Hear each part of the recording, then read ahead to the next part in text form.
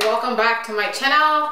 Thank you guys for joining me today on this video, and this is actually in response to a question that I asked on the YouTube communities page about a hair growth challenge. So I asked if people would be interested in that and asked for a thumbs up or comments, and a few people indicated their interest. And you know what?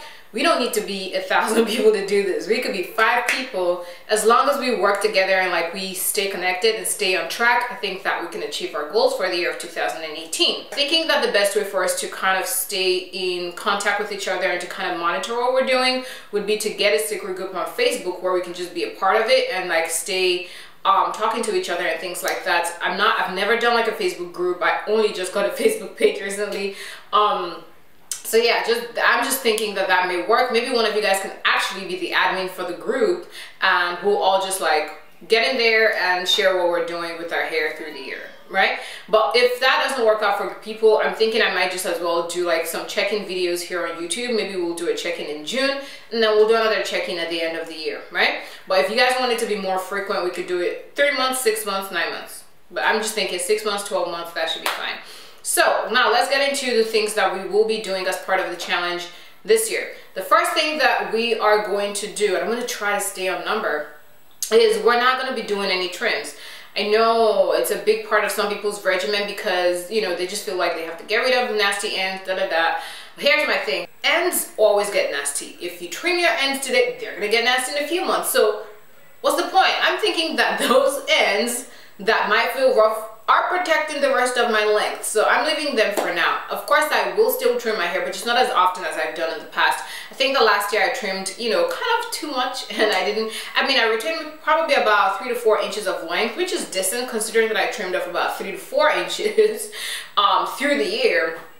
1 in January, 1 in July. But yeah, this year I'm not trimming anything, so let's see how that works. Let's see how horrible my hair gets, or let's see just how okay my hair does with that. So yeah, that's the first thing, is we're not trimming our hair. Here's my thing. If you're not wearing your hair straight, chances are your ends are fine. As long as you're not using excessive heat, as long as you're not just generally being bad with your hair practices, chances are your ends are fine. Are they gonna be dry? Yes. Are they gonna be rough? Yes. But that's the nature of natural hair. So split ends, of course, you want to get rid of them. Truly, we don't even get that many split ends. But yeah, my point is I'm not trimming my hair this year. If you want to go on and trim your hair before we start the challenge, go on and do that. But I don't want us to have any trims throughout the challenge because I want us to actually see what our growth potential is. Like for real. See how much hair we can actually grow throughout the year.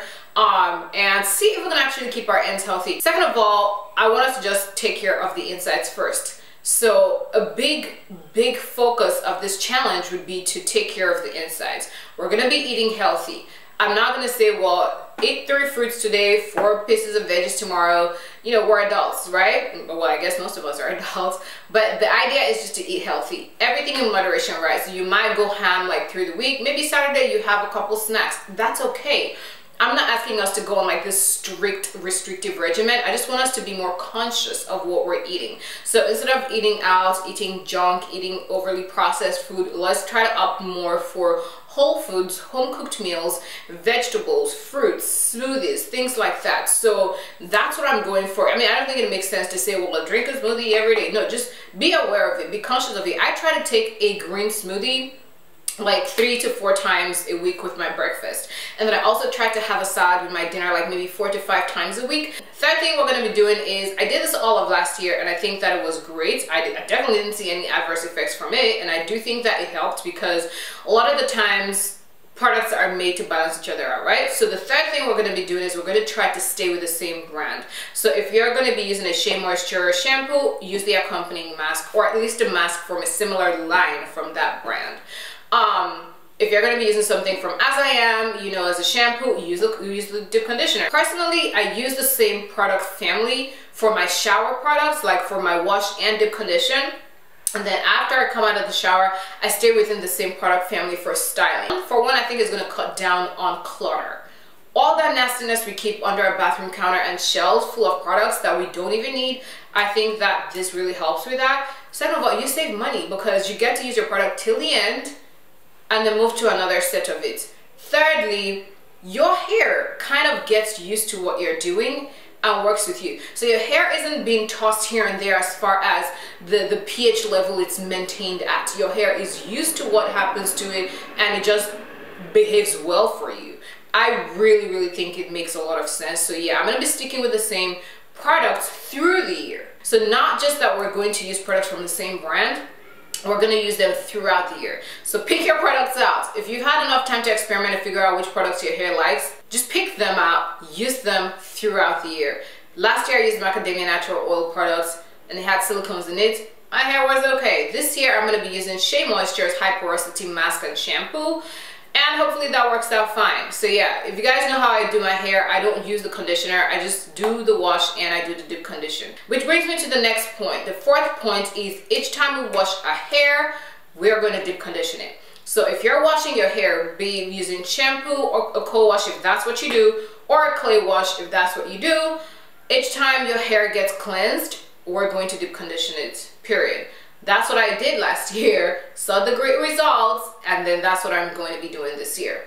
So I hope you guys can pick a set of products that work for you, because we're going to be using them every time we wash our hair. As far as the frequency, you figure out what frequency works for you. I do mine every week. When I get busy, I do it every 2 weeks.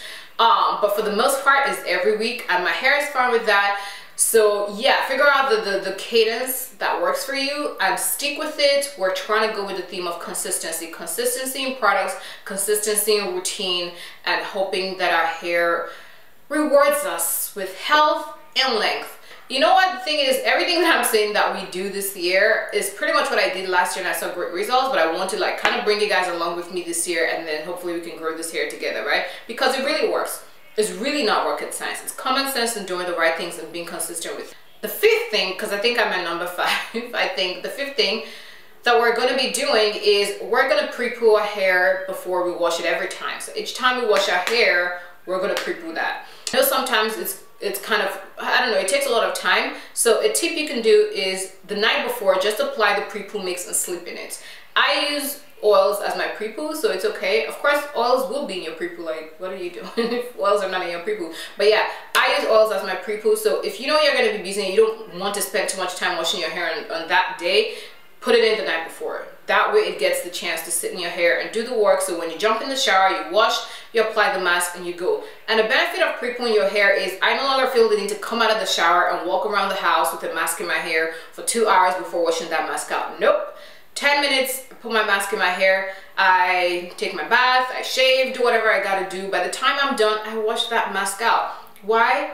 1, I've pre-pooed my hair. 2, I'm doing this on a regular basis, so my hair does not need like 10 hours of intensive deep conditioning. So yeah.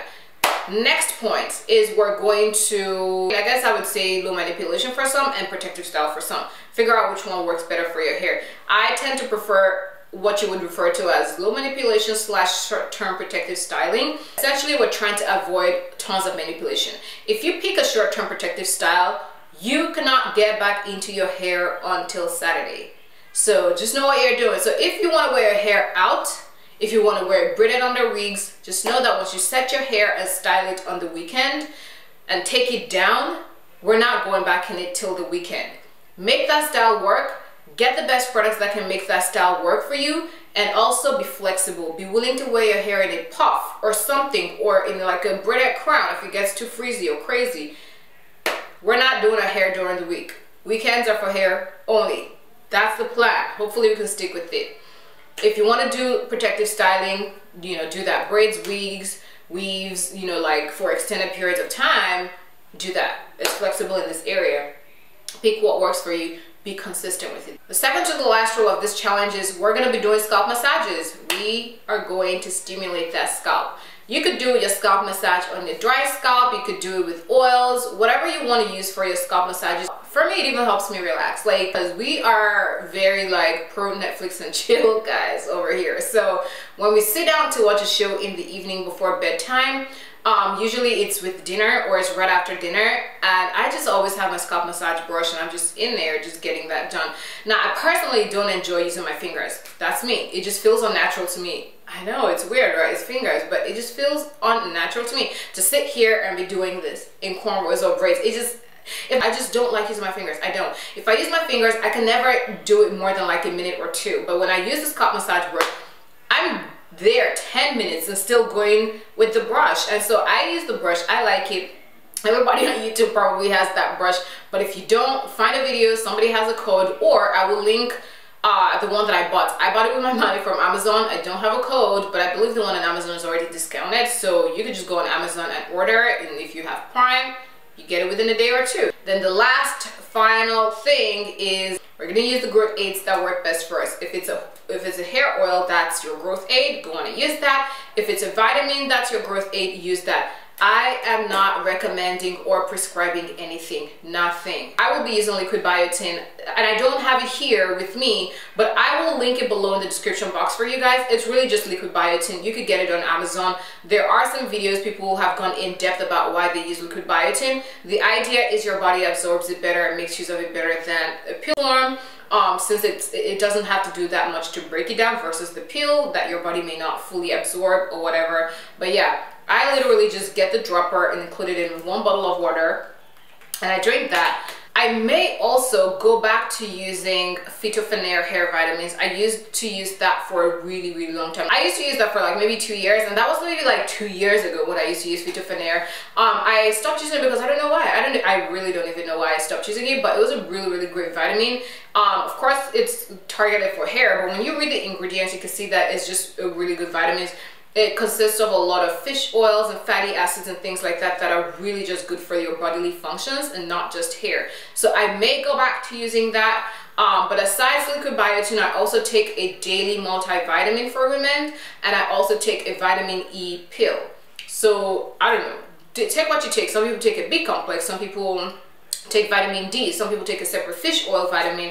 My daily multivitamin has fish oil in it. Just figure out what supplements or growth aids will work for you and use that. So that's everything.